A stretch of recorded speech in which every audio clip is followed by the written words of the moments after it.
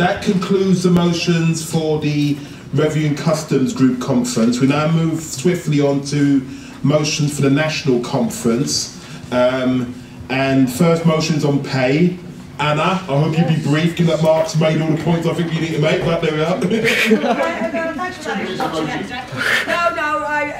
Pay, national pay. I had to go out, but I know though someone raised a question with Mark about pay. And I think that pay this year is going to take, and I am going to repeat what Mark said, it's going to take on a new importance this year, because even if, though we do manage to defend our pensions, we are still basically going to be putting up with a pay freeze, not just us, but 6 million public sector workers. This is going to be the second year of our pay freeze. Now you think about all the bills that are going up right now.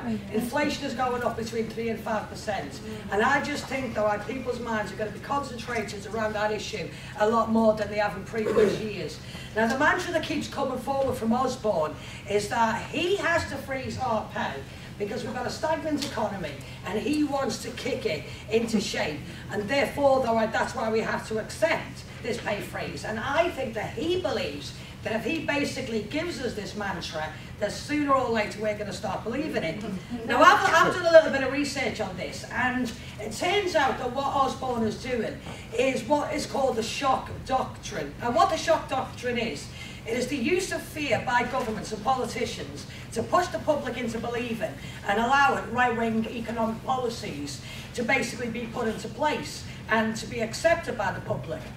Now, there are 60 leading economists, including the Nobel Prize winner and former chief executive of the World Bank, Joseph Stiglitz, and they argue the opposite. They actually say that public spending is necessary for the investment, for the long-term recovery of the economy. And even Vince Cable himself, he says, right, that George Osborne is playing with schoolboy politics and economics. Because as far as I'm concerned, you don't have to be an expert in economics to realise that if you give people a pay freeze, they can't spend. If they can't spend, then how the hell is the economy going to recover? And at the same time, while Osborne is telling us to tighten our belts, and if you've seen it on the news, but another 50 billion has been printed and given to the banks. So while we're supposed to tighten our belts, he's certainly allowing the banking industry to expand theirs, though, and then continue with their £1 million salaries. Now this country is the 7th richest country in the world. And one of the reasons it's so rich is because we have a public sector, and that basically stabilises the economy because workers get a regular salary. So by freezing our pay, the very conditions that Osborne is saying that he's trying to stop, i.e. a double-dip recession, he's actually contributing it by giving us a pay freeze right now. Now, PCS, we've done the figures, we've done the campaign, we know, right, that there's over 120 billion that's going missing in this country in taxes every year. And because of that PCS campaign, even the HMRC are now conceding that there's 40 billion that's going missing every year. So basically what this motion is calling for, even though we're concentrating on pensions right now, if we manage to get any concessions on pensions, as I said before, we're still going to need to fight over pay. And basically it's calling for us to launch a campaign across the public sector similar to the one we're having on pensions, and basically for us to fight back at a national level and to continue that action until the government back down. And if they don't, then once again, for PCS to discuss with the other unions the whole idea of having a 5-day strike over the issue. Okay, thank you very much indeed for that, Anna. A seconder for the motion? Seconder? Yeah, seconder. Okay, open for debate. I wholeheartedly disagree with this. There is a table somewhere that showed, and the hard reality is that public sector workers in other countries have actually taken severe pay cuts. I don't mean just pay freezes and £50 a month on pension contributions. They've taken 10, 15%, 20% pay cut. I hate to argue this, it really, really hurts, but in the current climate, we are on a losing wicket if we start to fight on pay. There is so many other issues at stake about just keeping your jobs and not having people bullied into submission while they're at work and working, doing jobs of higher grades. That pay is just something that I think it's a red herring at the moment. I just think it weakens the arguments and it reinforces stereotypes about the unions will always push for more. Look at the RMT and the tube drivers. They look greedy in light of current settlements. You know, I don't mean to be sort of Tory, but I hate the party politics in this. I think the truth is, we can't fight on pay. We just can't. Yes, we can. Okay, that's perfectly entitled to that point of view. Any more comments? Okay. I can't read it then. If you take that attitude, you're going to roll over to the government. No, They think you've got to combat them at every point. Exactly. I think you're right. Okay. What my colleague said, I also have the similar view, but at the same time, one person all the time will find all other transport and etc. are going. But the way we have to go, we have to be very careful not to provoke, considering the current economic climate. She has a very good point. I also have the same feeling, but we have to keep facing 1% is a joke when we are in the maximum. Hardly 10-20 pounds, while all other necessities are increasing. So we have to cut through according to the size. But how do you all go about? That's what you all have to pursue and display. Tell our grievances and things. The way you have to go, it's very tactful. You have to try that really not to provoke, because we are in a little bit of due to this economic climate. We are in a, as we said. We don't, beggars have no choice, put it that way. Okay, there's been opposition. Anna, I think I'll call you back in, Anna. So I was going to say one quick thing. Okay, go on, Len. Yeah, the only other bit, I'm slightly opposed as well, because when you look at the other unions, and you look at public sector workers, you've got to remember, our pay may be crap. But in certain council jobs and hospital jobs, it's even lower, it's even crapper. I'm not sure with this one. Okay. Anna, keep it, you know, restrained, right? What do you think I'm going to do? No. Okay, right, on Len's point, just because we are higher paid than some other individuals within the public sector doesn't mean to say that we can't grumble. The argument is that these individuals who are on worse pay than us, what that is a result of is their union not fighting right to protect their pay. We should be arguing that their pay should be risen. Because basically at the moment, if you have a look at this country, I mean, look at the money right that all these chief executives are giving them. Their pay is about 50%, their pay rises have gone up by over the last 10 years. And basically the gap between rich and poor is the biggest now since it's ever been since the First World War. We are a deserving case. I don't think the media could attack us right now if we try to fight over pay, because fundamentally we're a lot more popular than this government.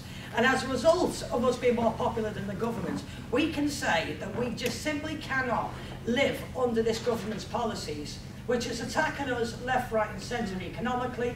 This is not, and we have said this within PCS, this is not an economic crisis that we cannot resolve if, the way we collected the taxes that were there in society.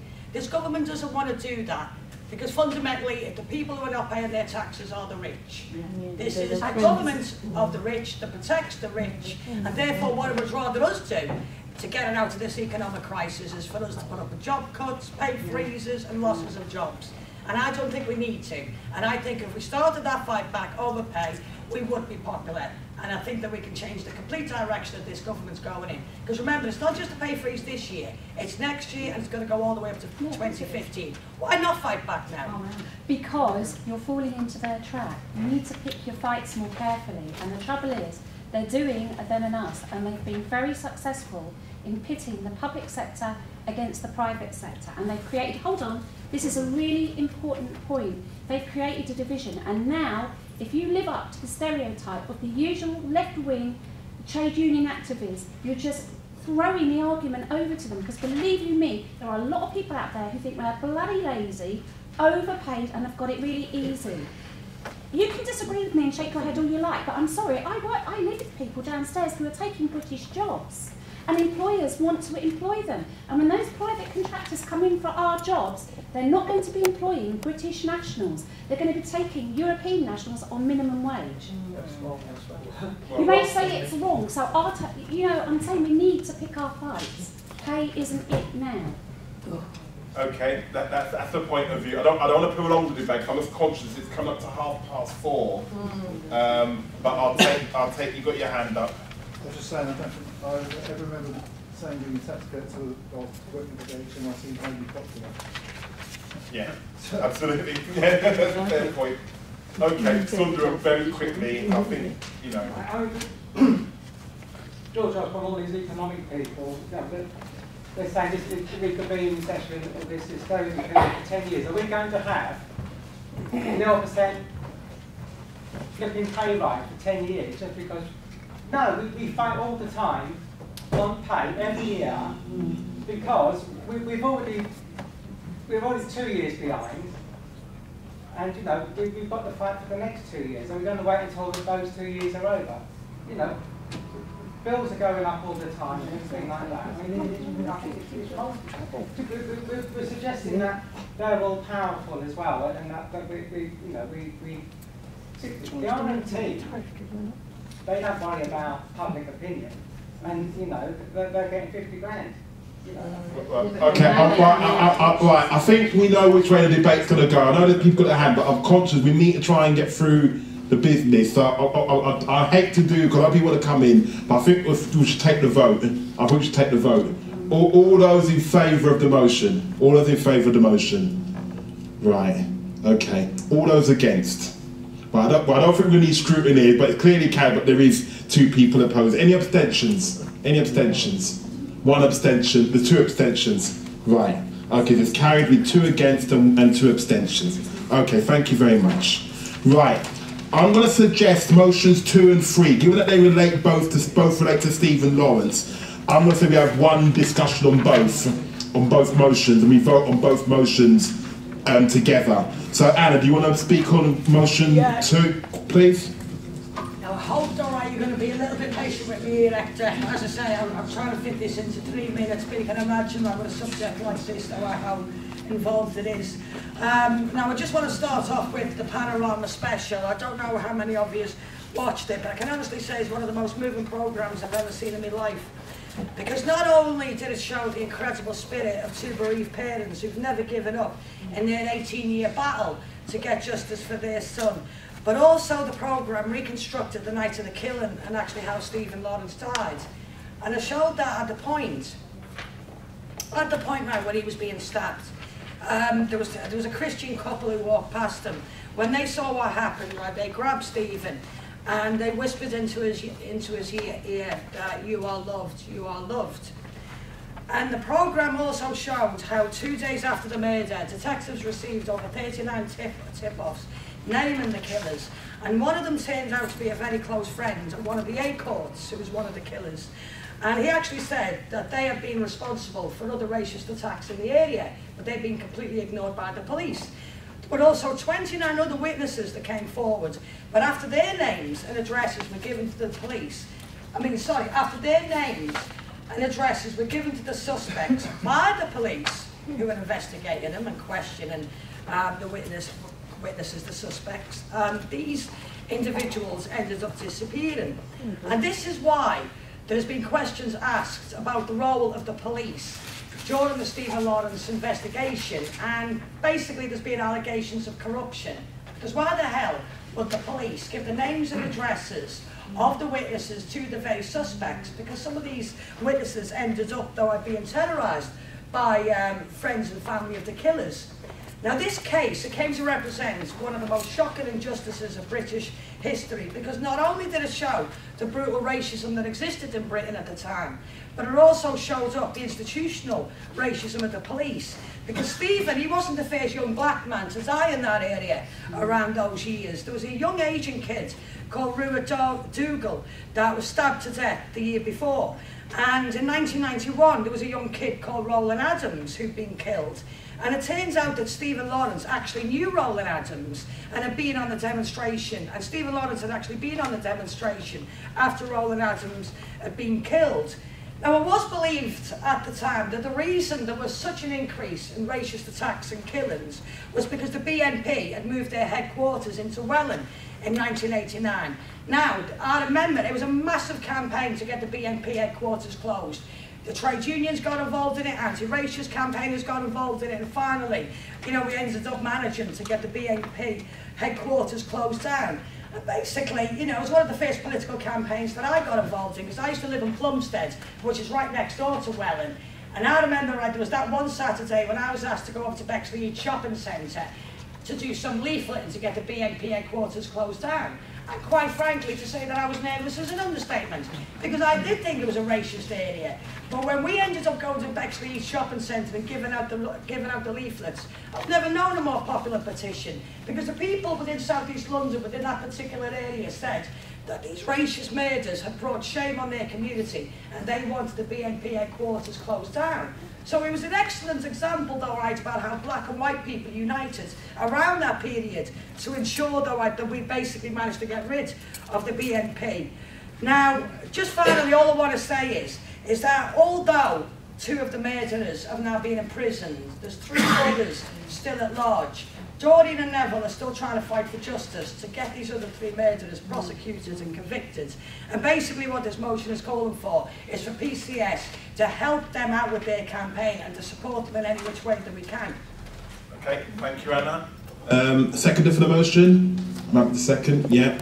Okay, what I want to suggest is basically, because motion 3 is on a similar issue, I'll just move it sort of formally from the chair, because it's in my name, and it is sort of, I believe, complementary to motion 2. And basically, the only reason why this motion is put on here is that there's specific reference to the Stephen Lawrence Charitable Trust, and as those who might be following it, the Stephen Lawrence Charitable Trust was set up a number of years ago to help basically underprivileged people, children mainly, who want to pursue initially a career in architecture, because that was the career Stephen Lawrence was looking to pursue had he not been murdered, basically. But it's actually now expanded to cover other areas of, you know, maybe law and media, as well as also doing bursaries to help underprivileged children pursue those type of careers. One of the things that currently an issue at the moment is the trust is actually short of money. It actually needs a bit of money to keep going. So one of the things in the motion that's referred to is actually getting the unions, not just PCS, but other unions to help to support that trust and help it keep going with its work. The other aspect of the motion is to deal with the Race Relations Amendment Act, which was passed as a direct result of the Lawrence case, and the issue about a public sector duty on race equality, which has been weakened by this current coalition government, and basically trying to highlight that and to do some work within the civil service and elsewhere about trying to mitigate some of the problems that we're now beginning to face about making sure that within the public sector it is an equal opportunities employer that treats not only its employees but the people that it serves fairly. So that's 2 aspects of the motion 3, reason why it's on the agenda. So I'll pause there. Anyone wanted to second motion 3? Yeah? Okay, thank you, Andy. Right, both motions open for debate. Okay, Meg?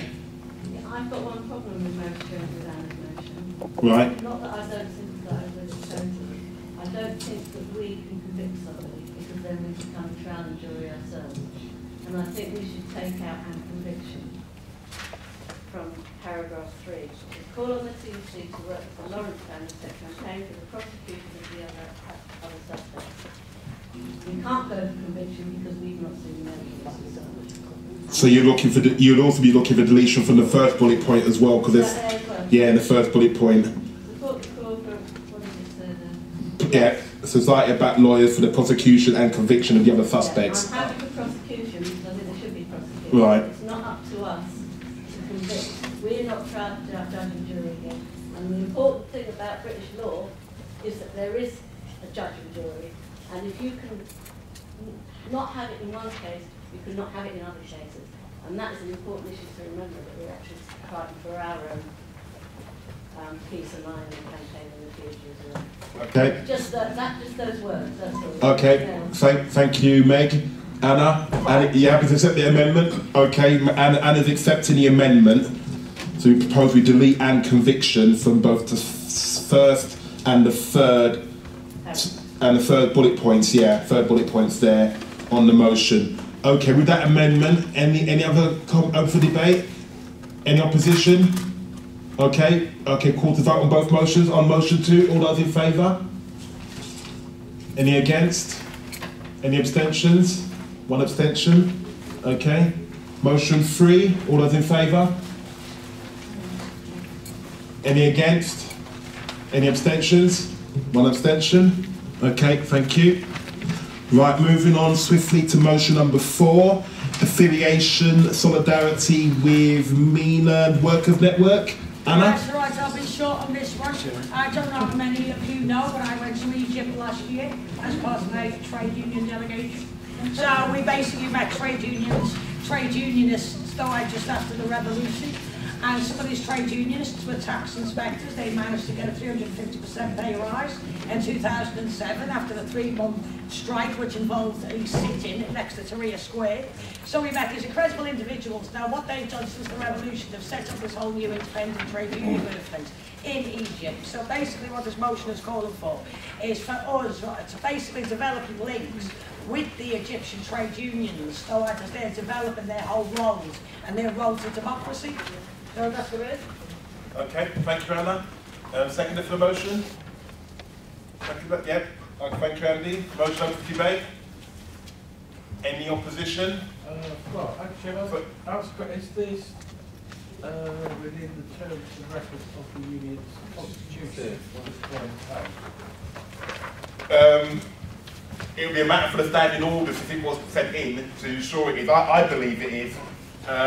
It will go to if the motion is agreed by this meeting, it will go to the National Union Conference Standing Orders Committee. They would verify that it is in order. I believe it would be in order. But yeah, I think it is. But it will be ultimately, if the meeting passed it, down to the National Standing Orders of the Union to decide whether it is appropriate for discussion at National Conference.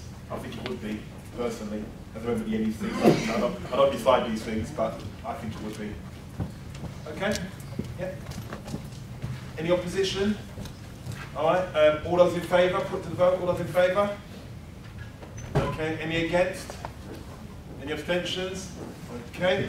Motion 5, Olympics, 2012 Olympics. Dave? Yeah. Very hot subject. Hot subject. We've run out of time for. Yeah. Yeah. Oh, yeah, there we go. Well, hopefully, motion self-explanatory. They decided to host the Olympics. I don't think we should have to suffer because of it. I don't think any PCS member should lose 1 minute of their own time for the transport delays caused by the Olympics. I don't think anyone should have to move anywhere else unless they particularly want to. As it explicitly says in here and in the branch statement that we issued a couple of months ago, there are costs to host the Olympics. There are costs that go beyond building a stadium, they go beyond building the infrastructure. Those costs are also costs in time and money to the population, and that's time and money that I don't think we should have to pay. So this is basically instructing PCS to make sure we don't have to. Okay, thank you very much for being succinct there, Dave. Second up, you seconding? Yeah, but I want to second which. Okay, go on, Anna. No, right, yes, right. What we also are doing, because obviously this building is going to be affected by the Olympics, and we're hearing all sorts of horror stories about how management are going to be, shall we say, introducing like alternative working patterns, right, while the Olympics are going on. Now, already, right, the issue of carers is coming up, because we've been told that if you are going to be going around or travelling from London Bridge, it can take over 4 or 5 hours, add 4 or 5 hours onto your daily journey.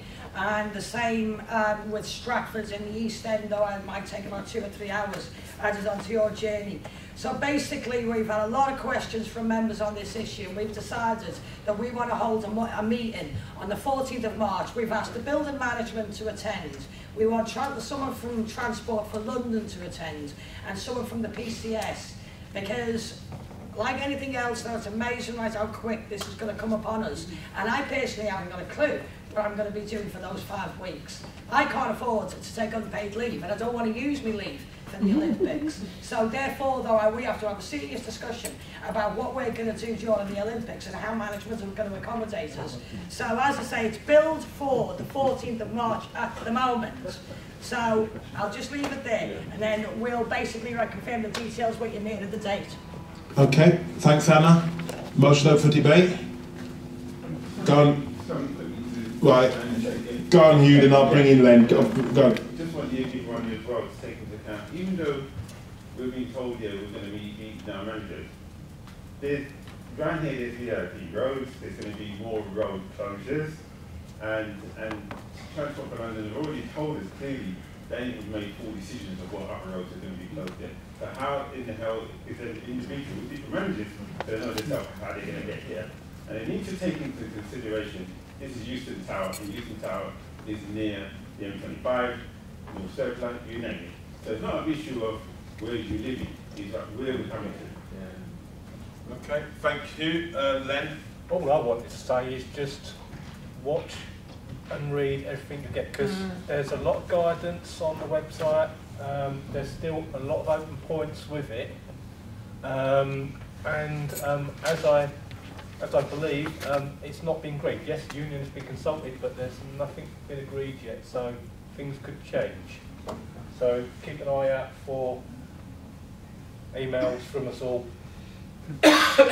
Okay, thanks, and I think that's right. I mean, the Group Executive Committee, who are the lead negotiators for HMRC, lead PCF negotiators, are meeting today and tomorrow, and I know this is on their agenda, and they should be issuing something, hopefully this week, to deal with their response to some of the stuff that HMRC management have put out regarding Olympics and Paralympics policy. So I know something they'll see, we've been told we're going to have to do another personal Olympics plan. So I don't think the pieces have agreed it, but they're going to give, I think the GEC will be giving its response hopefully later on this week after its meeting. Okay, with that, motion to open for debate.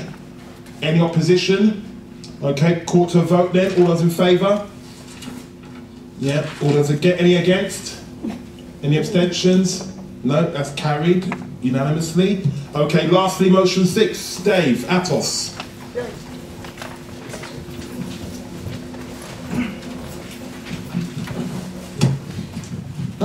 Right. Some of you, hopefully all of you, are aware that Atos head office is just over there. And as a branch, we regularly pop down and help and show support for disabled people who are basically fighting to keep the benefits that they are entitled to, and Atos have been hired specifically to stop them being able to claim. The organisation exists purely to make money, like most, well, all private companies. It exists only to make money. It doesn't exist to provide the service. Any service it provides is the bare minimum it can get away with, and basically the more people get off benefits, the more money they get, which is shocking. This bunch have been imposed on us as our occupational health providers. Their record when it comes to benefits isn't particularly good, and we've got no reason to suspect it will be any better with us. Certainly, tales from DWP members that they've had Atos doing their occupational health for some time. Not good. You know, they don't know what they're talking about, frankly, and they are there just to stop people being able to, well, to claim anything. We've got occupational health in the NHS. The NHS Plus already provides a public sector occupational health service. I think there's no chance whatsoever of us getting HMRC to rip up Atos's contract, but I think we should at least try and raise awareness of what an absolutely hideously ghastly company they are, and try and make sure that HMRC give people an alternative. Because I personally, if I'm referred to occupational health, I'm going to tell them where to go, because I'm not going to interact in any capacity with an organisation like Atos. It ain't going to happen. I'll just say, you know, I've got a GP, you've got occupational health in the NHS. Speak to either of those two. I am not dealing with Atos. And I think, yeah, we just need to raise awareness and try and get an alternative provided for those who need it, or request it, or require it. Okay. Thank you very much, Dave. Seconder for the motion? Yeah, seconded. Okay. Motion up for debate. Well, what can you say? I mean, Atos like private eye all the time, and just a bunch of shysters that work on it. They don't do much good at their job. Well, so you could say cynically, Dave, what they do, their job is actually to try and get people off benefit. But even if that's not the case, But as it was over 40% of people who appeal against them win their appeal, I think might be even higher than 40%, and their record is pretty appalling. I mean, I'm afraid, given the current HMRC senior management, I'm not too surprised at the point of bunch of idiots like this, but what can you say?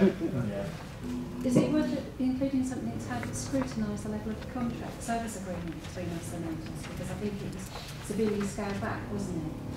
Compared to what we used to get before. I think it's all going to be phone. Is it going to be just phone? So I think mainly by phone and very a good line of attack would be to sort of scrutinise the contract as well. Okay. Dave? Well, yeah. You happy with that, or Anna? No, but it's an interesting point because you know you were doing your own little investigation about tax avoidance. I said, no, they're not a British company, so I thought it would have been a good angle from a campaigning point of view to point out they're not actually paying tax here, but I couldn't find anything. I couldn't find anything. So it's a monthly by any chance? Well, that is a sort of angle. Who owns them? Or who's the problem is that they've got a lot of divisions, and Atos Healthcare, there's Atos IT services. It's very difficult to see exactly which bit's which bit and which bit pays tax where and which bit's based where. So, can we make a freedom of information request? They're not a UK company. UK registered. What about, but the government has to account, they have a duty, don't they, to account for public money and make sure it's well spent. There is something along those lines. There is a fit and proper test that they have to apply, yeah. Can we do anything about going down that line? We can look at that. We've got to check information. Yeah, we could talk to Richard Murphy actually. Richard Murphy. I did ask Richard Murphy, he didn't know. Right. Yeah. It's even a bigger point though, then, isn't it? If we don't know. Okay. We'll look at that. I should point out actually, they're probably not much worse than Capita. No, Capita are awful. But it's just they've got such a reputation. Okay, Hugh. Sorry. Yeah, so I've had my first gig at Atos with a phone system. I felt that the case where what I dealt with the apple last week should have been a face-to-face. So really, I wasn't quite impressed with Atos having this power just telephone conversation where I feel that they need to actually see the person. So it's like, you text me saying, well, you're going to have to know that, mate. I think the person on the phone. So I just felt it should have been face-to-face. Okay, noted. Dave, there's a proposal for like a little bit of an addition about looking about. Or just slightly reframing it to say that it's a bit like, at the moment the way it's framed is they've already been engaged. Can we look as to the suitability of their choice? Maybe a better way of tackling it. Yeah. And the level of the agreement, and Yeah. I know it's a hot seat question on it, right? And like they use the usual. Well, can we take that away? Because I don't think we can knock out an amendment that covers that straight off. Just a slightly different angle. Yeah, we'll take that away. Okay, with that proviso, any opposition to the motion? No? Okay, I'll put it to the vote then. All those in favour? Any against? No, right, that's carried. Right, that's completes the motions. Hey! I just want to quickly come back to the grading one, which did generate quite a bit of debate. I was working through a possible amendment. And what I'm going to do is to cover the point about other parts of the department rather than over-compliance. What I've suggested is another sentence. In addition, the GEC are instructed to involve branches in a comprehensive review of job profiles and job descriptions relating to posted other business streams to verify that these jobs are graded appropriately. Bit long-winded, but I think it's like a catch-all thing to make sure we do not comply, but we cover the other stuff. And on the bullet point about the AA grade, what I'm suggesting there is pressing HMRC to offer promotion opportunities in areas where there is a lack of appropriate work for staff at the AA, AO grade, and also other areas, other appropriate grades where there is a lack of work. So basically, it's covering lack of work, full stop. Yeah. But I think there's a bigger issue in AAs and AOs and elsewhere, to be honest with you. So I'm focusing mainly on those two grades. Are people happy with those amendments to that earlier motion? Right. Thank you very much. Right. Then your lawyer would approve. Right. Have we notified of any AOB? And we have gone over the time. And oh, sorry. Go on, Dave. Go on, Dave. Just in case anybody thinks that you never win anything. Come up here. In case anyone thinks that you never win anything as a trade union, I just read here that a protest by Sparks against one of their contractors, NG Bailey's, has been cancelled because NG Bailey's have given up. Big protest, hopefully you know about them, if not... look at the website. Yeah, look at the website. But basically we are winning stuff. You know, Unilever have gone back into negotiations with their Unite members over their pensions. The same thing's happening somewhere else, I can't remember. There's another... Shell, yeah. And Ford. And Ford, yeah. So, you know, you walk out, you say you're going to walk out, and they do start listening, and you can get somewhere. So it's not all doom and gloom. It's mostly doom and gloom, but it's not all doom and gloom. Okay. On that uplifting note, thank you, Dave. All right, okay, I'll bring the meeting to a close. Thank you all for attending, particularly given that we've gone over our 2 hour allocation. I think we've got through a lot of good business. I think it's important that as members, communicate with your BEC reps. There's things that we should be doing as a BEC that we aren't doing. Let us know, we're all contactable. Recommend again the website, keep the dialogue going, and I think together we could deal with the challenges we've got facing ahead. Thanks very much for your time.